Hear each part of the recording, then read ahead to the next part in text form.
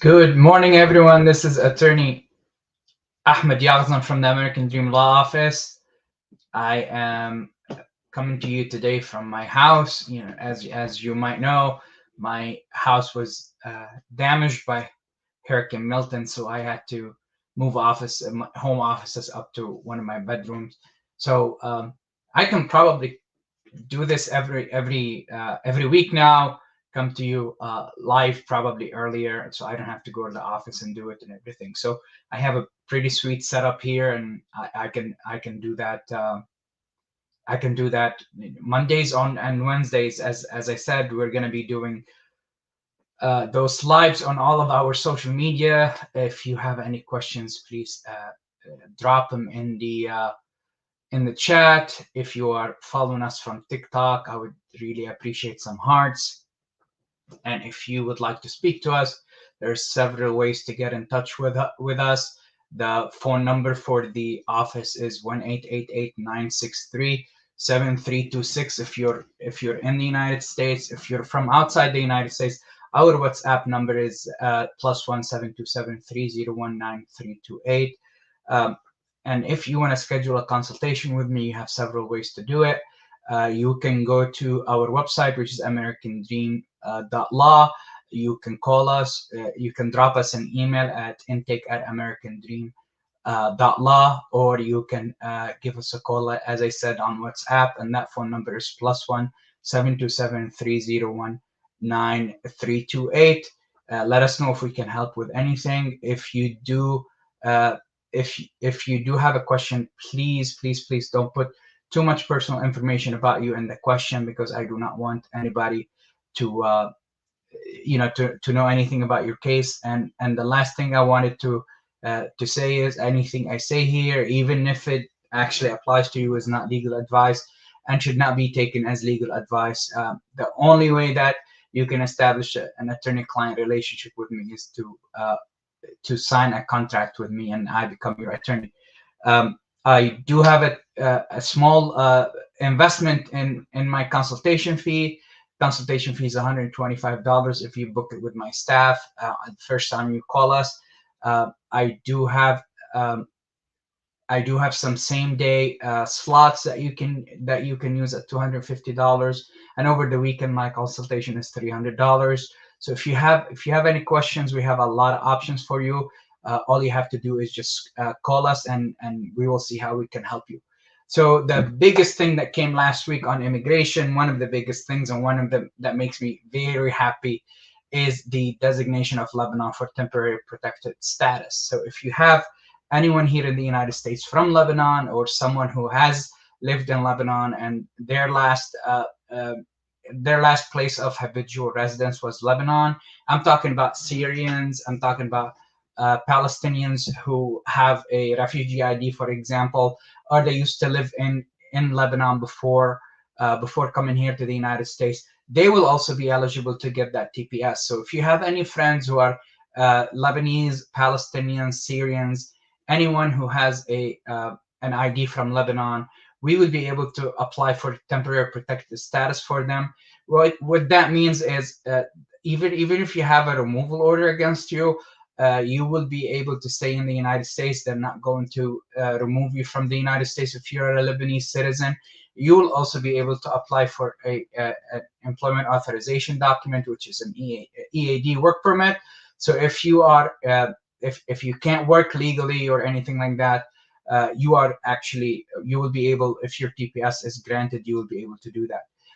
That will also allow you to get a social security number. It will also allow you to get a driver's license in a lot of states in the United States.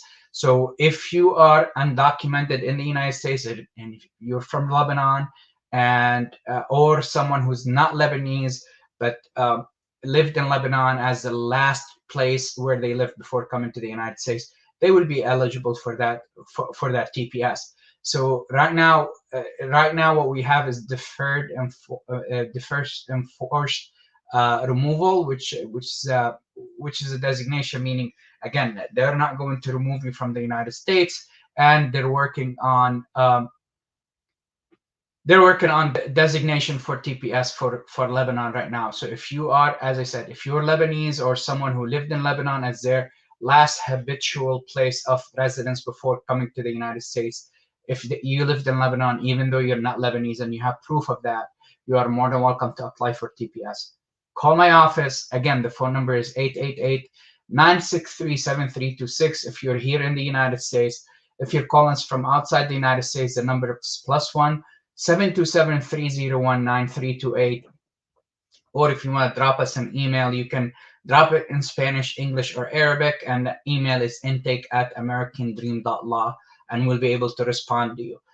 If you're outside the United States, the easiest way to do it is WhatsApp. Just drop us a WhatsApp message and we'll be able to actually speak to you on WhatsApp. I know a lot of people use WhatsApp. WhatsApp is not that big here in the United States. But if you want to drop us a WhatsApp message, the number is +1 727-301-9328. And if you're joining us from anywhere in the world on our socials, especially on TikTok, I would really appreciate it if you actually join and share our live with your friends, so we can have more people follow us and talk to us. And I would appreciate it if you actually follow us on TikTok and all our socials if you're seeing us right now. I'm gonna speak in Arabic for a little bit, and then we're gonna discuss some questions and some options for Lebanese people. إذا أنتوا صباح الخير. إذا أنتم من لبنان أو كنتوا عايشين بلبنان قبل ما تيجوا على أمريكا، طلع قانون جديد للحماية للبنانية هون بأمريكا اسمه Temporary Protected Status. هلا حيوقفوا ترحيل كل اللبنانية أو الناس اللي كانوا عايشين بلبنان قبل ما يجوا على أمريكا. فإذا ما معك أوراق وأنت لبناني فلسطيني أو سوري وكنت عايش بلبنان قبل ما تيجي على أمريكا، ما عم بيرحلوك، وعم يشتغلوا على شغله اسمها حمايه مؤقته للبنانيه، بتخولك انه تقدم على هذا الشيء. يعني ما بيقدروا يظهروك من البلد، ما بيقدروا يرحلوك من البلد، وبتقدر تقدم على كارت عمل، على اجازه عمل لانت تقدر تشتغل هون بامريكا.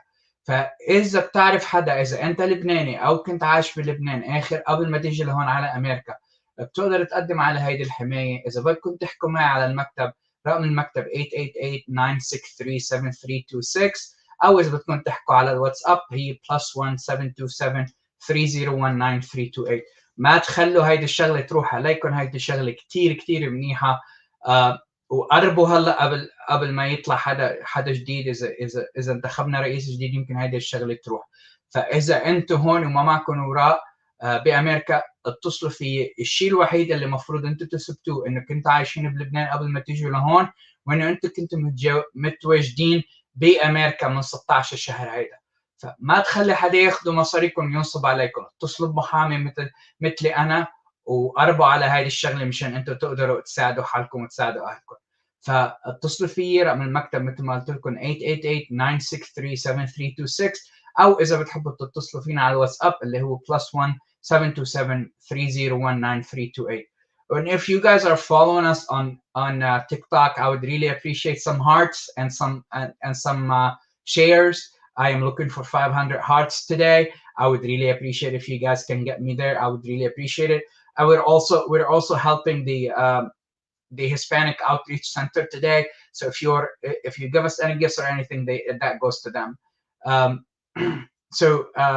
Thank you guys so much for the people who are giving us the hearts. I appreciate it. We are looking for more likes. So if you're following us on TikTok, I would really appreciate some more. Thank you so much, guys. Okay, so if you're Lebanese or Palestinian and you have you are in the United States and you haven't applied for anything regarding staying here in the United States, you do have a lot of options. I mean, the easiest option if you came here to the United States legally is to get married to a U.S. citizen or a green card to a U.S. citizen and stay here in the United States and gain permanent residence in the United States that way. That is the easiest way to do it. But you don't have to get married for you to be able to stay in the country. And the one thing that you can do right now, even if you stayed in the United States for more than a year and you came in legally or even illegally, if you're from Lebanon or you're from Palestine, you used to live in the Palestinian territories, you're able to apply for asylum after even if you've been here more than 1 year in the United States. You can apply for asylum under what's called the changed circumstances. As I said, there is a rule here in the United States. If you don't apply for asylum within 1 year of coming here to the United States, you're not eligible for asylum. However, if there are some things that changed in your country, for example, let's say that you are afraid of going back to the United States because some militia will, to go back to Lebanon, for example, because some militia is getting targeted in Lebanon, or someone in your family is a militia member and they're targeted, and people will think that you're a part of the militia because of that. So there are a lot of ways to actually get around the 1 year application deadline. The only thing that I say that if you do apply affirmatively for that, you're going to have an issue, and you might be referred to the immigration judge after you have your interview with the asylum officer, meaning that they might not actually give you asylum from the first shot at it when you do it in front of USCIS affirmatively. You might have to go in front of the judge to actually get it, but you still have a way to do it. So all you have to do is apply for asylum, and then we will see what we can do regarding the 1 year deadline. That's number one. Also, applying for asylum will allow you to apply for a work permit in the United States after 150 days of your application. And that allows you to have a social security number and for you to stay here in the country legally until your asylum claim is held. I have represented people literally who have been in the United States for more than 20 years, and they were able to actually apply for asylum. So if you are applying for asylum, you are able to do it even though you've been in the country for more than a year. So call my office, and we can see if there are a lot of options now open for people from the Middle East. So if you want to call my office, as I said, there is a small investment in my consultation fee, in my strategy session fee. It's $125 if you pay for it when you call my office the first time, and then that would get credited towards your legal fees if you retain my office. So you're not going to lose anything. The money will go towards your fees anyways. So if you have any questions, again, please drop them. You can drop them on TikTok. I'm on TikTok. We also have, you can also drop them on the rest of the socials. I'm on LinkedIn, Facebook, Instagram, and YouTube today. So if you want to drop your questions, I'll be more than happy to answer them. Okay, so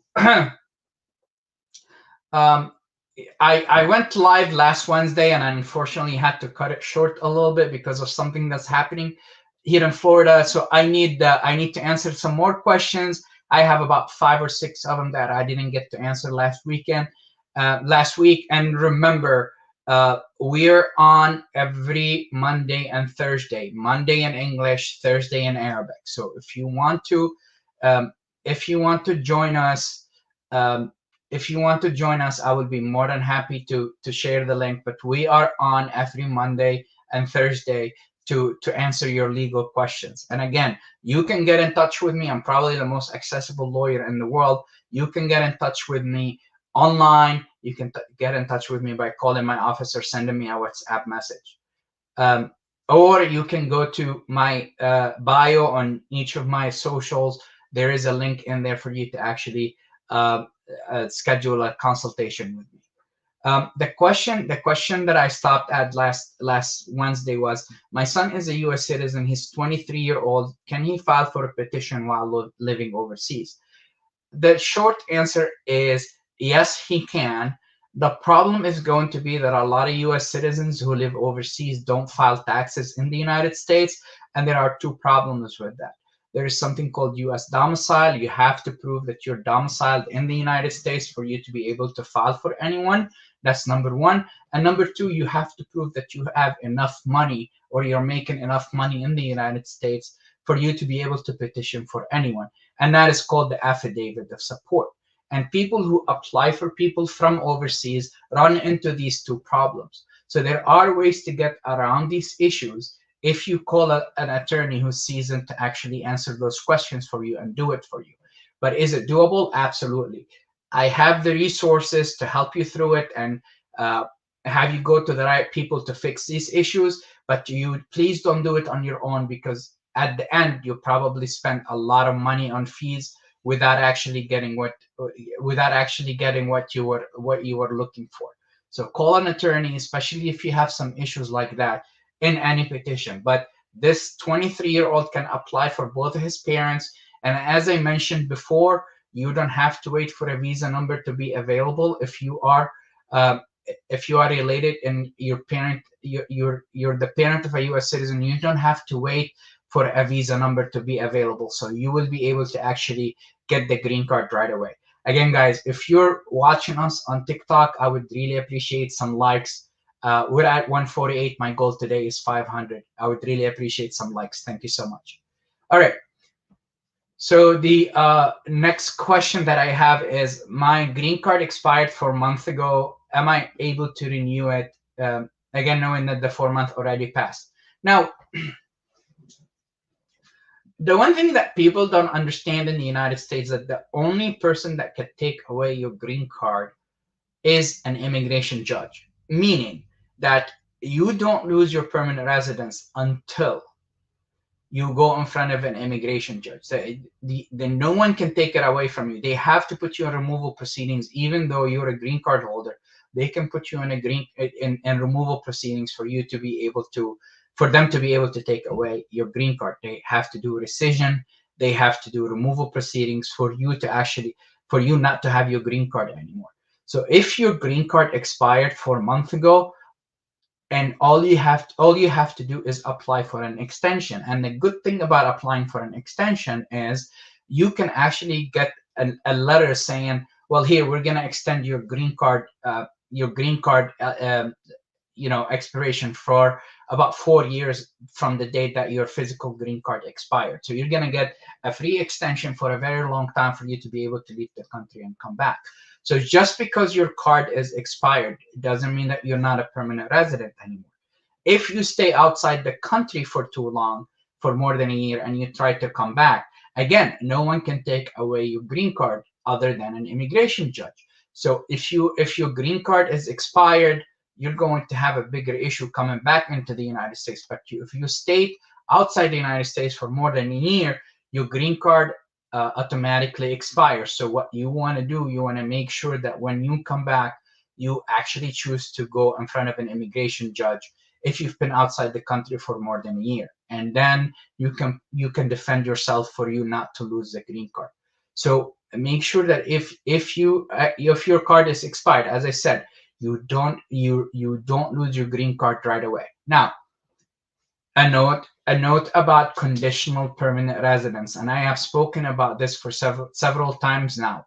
If you are a conditional permanent resident, meaning you've been married to someone for less than 2 years in the United States, and you have a green card that is only valid for 2 years, what you need to do is you need to apply for an extension for that. But the extension is not the form that you use to renew your green card. I have a lot of clients that fall for that trap. There is a special form for you to remove the conditions on your residence, and you don't want to apply for the wrong one. I promise, I have clients who stayed in the country for years not knowing that they applied for the wrong thing. So what you want to do, you want to speak to an attorney. If you have a conditional green card and it's expired, you need to speak to an attorney to make sure that you file the right form. And when you file for that form, you will get an extension for 4 years. That's what the government is doing now. They're giving you an extension for 4 years if you're a conditional resident, because those cases are taking a very long time. So if you are a conditional permanent resident and your green card expired, you have to apply for the right thing, or you're not going to be able to get it. So again, if your green card expired, call my office, 888-963-7326, or call us on WhatsApp at +1 727 3019 328 if you want to speak to us about your green card expiring to get a renewal or to get a permanent green card if you're a conditional permanent resident. So the next question I have, I want to adjust my mother-in-law status. My wife is not able to petition for her yet as she is a green card holder. Is there a possibility for me or my wife to petition for her? The short answer is no.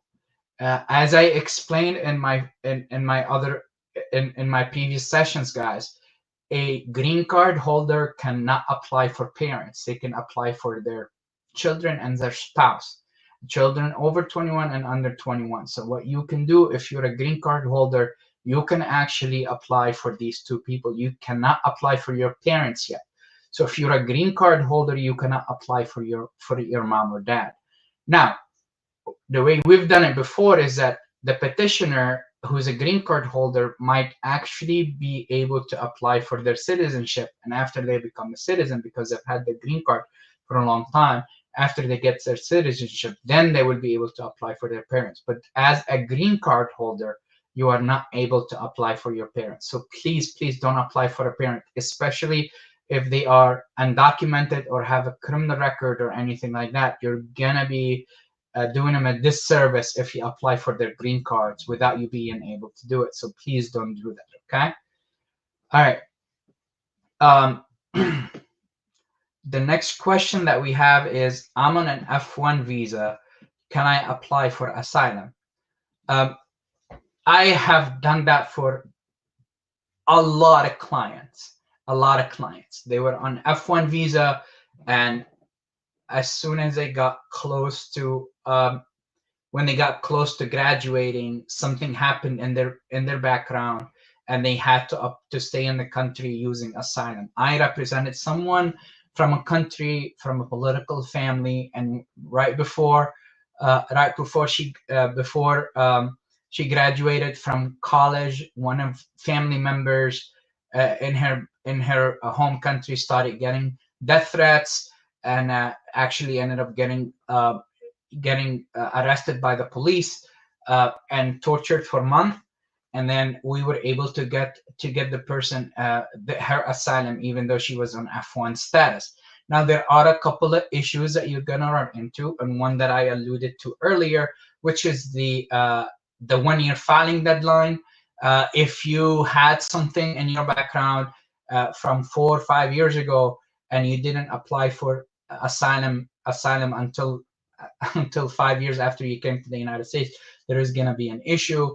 But there's also the, as I said, the 1-year filing deadline exception, change circumstances. So if there is something that happened recently to you and you've been in the country for a very long time, then you're going to be able to apply for asylum even though you're on F1 status. There are some arguments around it. There are some arguments around the 1-year filing deadline. For example, I have done this a lot too, like government change in your home country.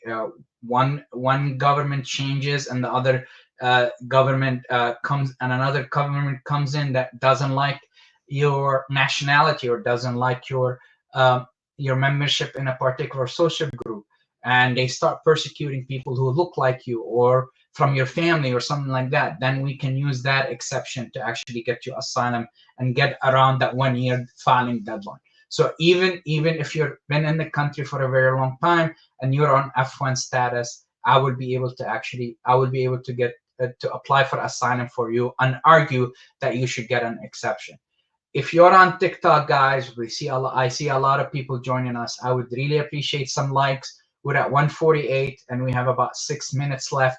If you guys can send us some hearts, I would really appreciate it. إذا أنت عم تتابعونا على طريق التيك توك، أنا بدي أوصل ل 500 قلب اليوم. إذا بتقدروا تساعدونا فيها بكون ممنونكم. نحن على 148 بدنا نوصل ل 500. إذا أنت عم بتشوفونا وبتحكوا بس عربي، إن شاء الله نهار الخميس حنكون بالجلسة العربية إذا بتحبوا تحكوا معنا. بس بدنا نوصل على 500 لايك إذا بتريدوا، إذا بتقدروا تساعدونا. شكرا. All right, so the next question that I have is, I don't speak English very well. Would that affect my naturalization process? And absolutely would. I have done I have done so many naturalization cases when the person does not speak English well. Now, there are a couple of ways to get it. There are a couple of exceptions that you can actually apply for. If you've been here in the country for 20 years on a green card and you're 50-year-old, there are some exceptions to that. If you're over 55 and you've been in the country for 15 years, there are also exceptions to the English exam. If you have a mental disability or a reason or a mental reason for you not to be able, or a health reason for you not to be able to speak English, there's also a waiver for that. So there are a lot of ways to actually get it done without having to speak English. Now, you might not think that you apply for an exception, and I wouldn't do it until I speak to an attorney to see if you do apply for that, can apply for an exception of that or not. So that's number one. Number two, the attorney will know which exception to apply for and when to apply for it. So you have to speak to an attorney before submitting your naturalization case. Third thing, you might not think that your English is well enough, but I promise you guys, the English exam in the United States for you to become naturalized, for you to become citizen, one English sentence, and you have to speak English just to get through the application process. So even though you don't actually get an exception to the English exam, you might still pass. So just because you don't think your English is well enough, you might still pass. So a lot of people say, well, I don't want to do it, I'm not going to pass. You might still pass. And even if you don't pass the exam the first time, the English exam or the civics exam, you will also get another shot at it in 60 days. So if you are afraid to apply for your citizenship just because of your English, please don't. Speak to an attorney like myself, and they will explain to you what to do and what not to do during those during your naturalization process. And again, it's easier than you think. Call my office 888-963-7326, or click on my bio. If you're following us from TikTok, click on my bio. There is a link in there for you to be able to schedule a consultation with me and speak to me. So if you're eager to apply for your citizenship, go to the link in my bio, schedule a consultation, and I'll be more than happy to help you. Okay. All right. So there is the last question that I have is, I want to purchase a store. What would be the best visa for me and my family? Now, I answered this question several times before. And if you are from an E2 country, Egypt, Jordan, um, Morocco, Bahrain, Oman, Turkey, any of the European countries, if you are from an E2 country, the easiest way to do it is through an E2 visa. Now, the E2 visa is very easy. There is no minimum, there is no maximum investment for you to be able to get your E2 in the United States. So the E2 visa, if you're able to get an E2 visa, that would be the best one to get. Now, if you're not from an E2 country like Lebanon, for example, there are other ways to do it, and that might be actually able to get you a green card at the time when you come here to the United States, and that is what's called an L visa. An L visa is for an international manager or an executive, so a person who will come here to the United States to run a company overseas and continue their business here in the United States. There are ways to do it, and we will be able to actually get it done. So if you are able to invest in the United States and you want to purchase a store, remember, the investment in both countries doesn't have to be for the same thing. So you can have a KFC franchise overseas and come here and open a vape store or a tobacco store. It doesn't matter, as long as the same person owns it overseas and owns it here in the United States. So if you want to apply for an investment visa, if you want to purchase a store, you want to purchase a company here in the United States, the best thing you can do is hire an immigration attorney to help you through it and look through it and see if the investment is going to work for your purposes. Make sure that you do that, please, before you buy anything. I have seen a lot of clients get burned because of this. They go and on a whim buy a store and ends up being a very bad investment. I have all the resources to find you the store. to look at the paperwork to see that the store is making the money that the seller is saying it is, and I will be able to tell you if it's gonna work for immigration purposes or not. Again, we're at our 30-minute. I really hate shutting down the live, but we will be on here on Thursday for the Arabic session. If you have any questions, the same link on Thursday. If you want to call me, 888-963-7326. If you want to get in touch with me on WhatsApp, +1-727-3019-328.